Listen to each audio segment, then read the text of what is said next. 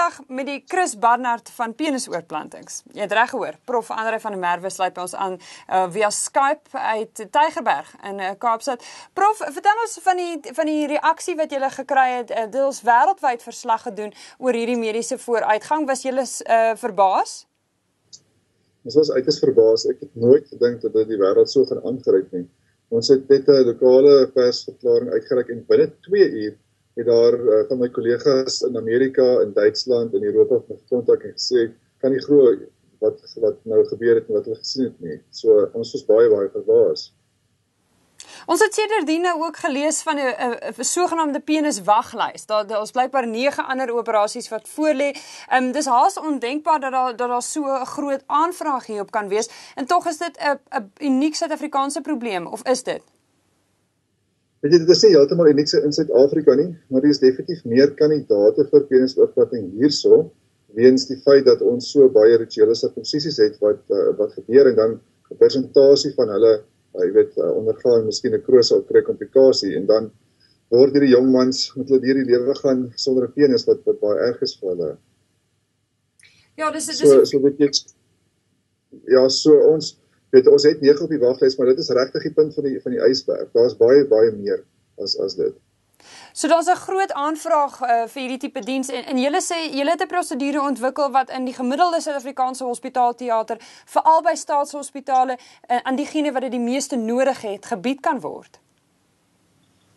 Absoluut. Wat ons beoog vir dit is dat dit in 'n maar dit moet natuurlik 'n akademiese tipe staatshospitaal wees wat 'n oorplantingsentrum het. Ek dink nie mens kan dit in 'n hospitaal sonder 'n oorplantingsentrum doen nie. En dan die koste daarvan wil ons sê moet wees nie duurder as 'n gewone nieroorplanting se onderhoud nie. En definitief op die einde van die dag wil ons sê dit moet omtrent soos 'n duur antihipertensiewe middel wees waarop die pasiënte moet gaan. En tegnies gesproke, julle wil hê dit moet vergelykbaar wees met 'n nieroorplanting in terme van koste. Hoe moeilik is dit om so 'n oorplanting te doen? Weet jy, dit is baie moeiliker as 'n nieroorplanting.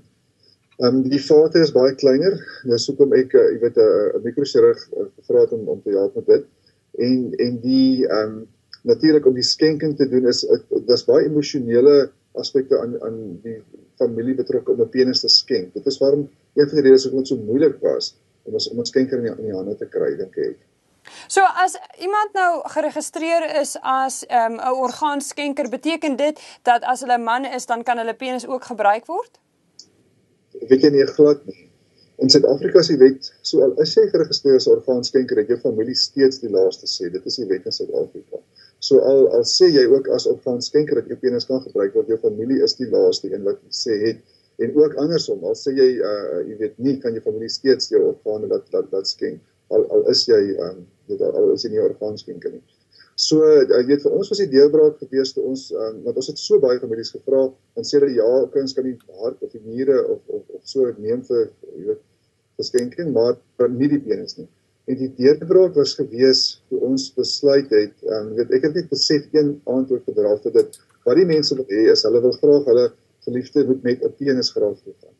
Toe ek besluit, maar ek gaan vir die kadaverskenker, gaan ons 'n penis vorm van sy buikwandvel.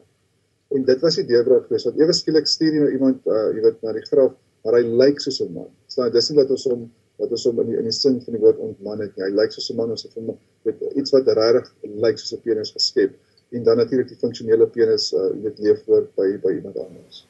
Dis vreeslik interessant. Wat van diegene wat sê die staat se middele word nou bestee op iets soos penisoorplantings en dan moet eerder voorkomend te werk gegaan word om seker te maak dat mense nie penisoorplantings nodig het nie?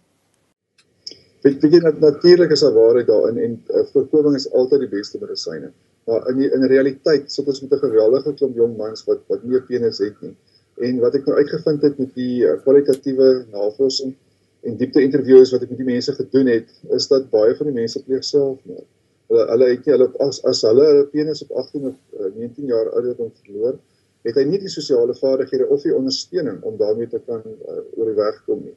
En hy kan dit net nie hanteer nie. En in die kultuur wat hulle is, word hulle natuurlik uitgeskei, hulle word gesien as swakkelinge as hulle 'n komplikasie het na rituele sirkumsisie.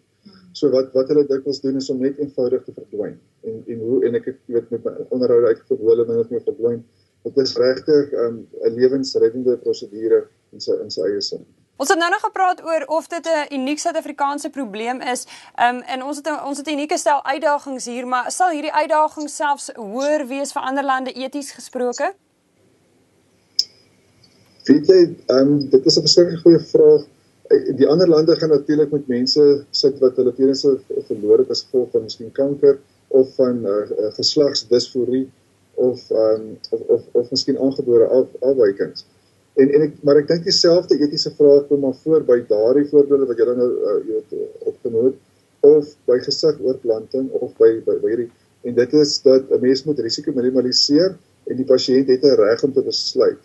En daar tussen moet 'n mens mekaar vind, soos byvoorbeeld gesigsoorplantings, het baie verkeerd oorgekom aanvanklik. Dit is natuurlik ook net vir die rykes waar ons nou, of nie net vir die rykes, maar meestal vir die rykes, waar ons in ons situasie help ons regtig baie arme mense, wat andersins glad nie so gehelp kon gewees het nie. En nou, as jy nou die ontvanger is in so 'n prosedure, is daar, ek is seker, groot sielkundige implikasies ook voorts.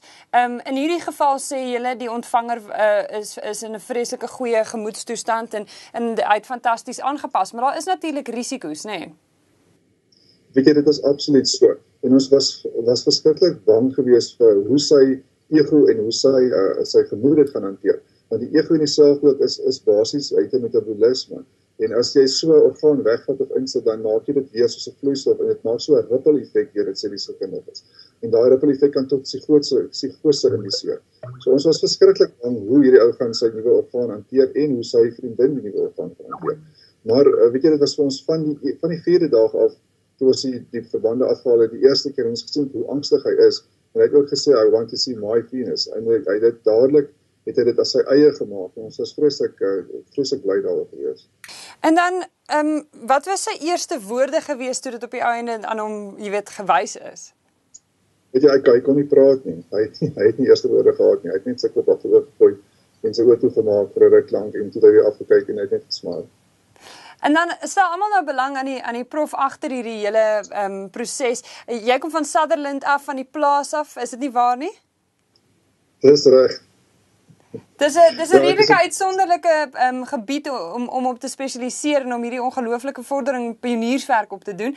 Dis seker nie die gemiddelde beroepsbeplan vir iemand van Sutherland af nie? Nee, ek moet sê Sutherland het al baie groter mense as ek opgelewer. Jy kan dink aan NP van Wyk Lou, aan daai olivier wat die groot damme gebou het en so voort.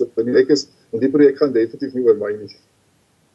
En wanneer prof nie by die werk is besig om mense se lewens beter te maak nie, wat doen jy in die vrye tyd? So, weet jy, ek probeer vir die afgelope 4 jaar, elke jaar 'n Comrades hardloop. Ek het nog net een keer 'n medalje gekry, maar ek probeer. En ek hou baie daarvan.